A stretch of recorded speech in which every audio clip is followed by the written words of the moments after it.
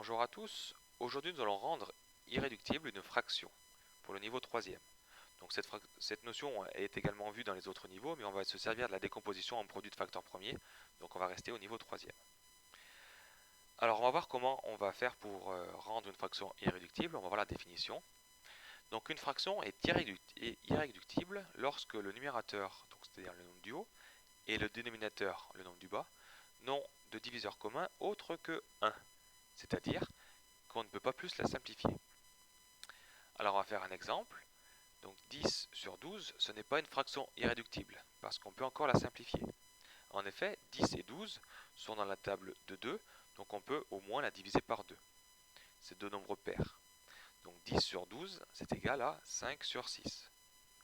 Donc en principe, et c'est ce qu'on faisait dans les autres niveaux, donc en 6e, 5e et même en 4e, quand on avait même avec les nombres négatifs, on utilise les critères de divisibilité, savoir quand un nombre est divisé par 2, par 3, par 4, par 5, par 10, par 9. Mais quand on a des très grands nombres, c'est peut-être un peu compliqué. Donc on va essayer d'utiliser la décomposition en produit de facteurs premiers que j'ai expliqué dans une précédente vidéo. Alors on va essayer de rendre irréductible la fraction, donc 360 sur 780, qui sont des nombres un peu plus grands. C'est tout à fait faisable de le faire en utilisant les critères de divisibilité, on y arrivera au fur et à mesure. Mais moi ce qui m'intéresse, c'est de simplifier directement et trouver directement la fraction irréductible. Donc pour faire ça, on va faire la décomposition en produit de facteurs premiers de 360 et de 780. Donc je vais moins détailler que dans la précédente vidéo, mais je peux écrire déjà que 360 c'est égal à 180 fois 2.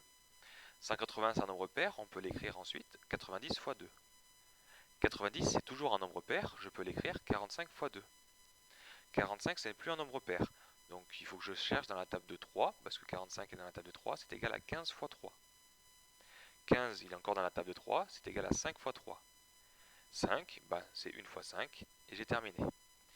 Pour trouver la décomposition, il suffit de prendre la fin, les extrémités tout à droite des multiplications. Donc on a 2, 2, 2, 3, 3, 5. On peut donc dire que 360 c'est égal à 2 fois 2 fois 2 fois 3 fois 3 fois 5. Qu'on peut écrire avec l'écriture sur les fractions, on peut dire que c'est 2 au cube fois 3 au carré fois 5. Donc cette écriture ne va pas forcément nous servir dans ce cas-là, même si on peut encore s'en servir pour ceux qui sont bien à l'aise, vous verrez tout à l'heure quand on essaiera de simplifier la fraction. On va faire pareil pour 780. 780 qui est dans la table de 2, donc 780 est égal à 390 fois 2. 390, c'est toujours un nombre pair, donc il est dans la table de 2, donc on peut l'écrire deux fois quelque chose, donc 195 fois 2. 195 n'est plus dans la table de 2, mais il est dans la table de 3, parce que quand j'additionne ces chiffres, 1 plus 9 plus 5, ça fait 15, donc il est forcément dans la table de 3. Donc c'est 3 fois 65. 65, on peut encore le décomposer, donc il n'est plus dans la table de 3, parce que 6 plus 5, ça fait 11. Par contre, il est dans la table de 5, donc c'est égal à 13 fois 5. Et puis 13, c'est égal à 1 fois 13, 13 parce que c'est un nombre premier.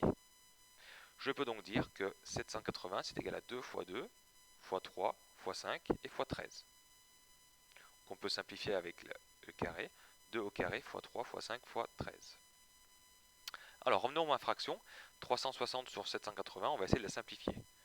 Donc je vais l'écrire avec la décomposition, donc au numérateur, donc 360 je vais le remplacer par 2 fois 2 fois 2 fois 3 fois 5 fois 3 fois 3 fois 5, et 780, 2 fois 2 fois 3 fois 5 fois 13.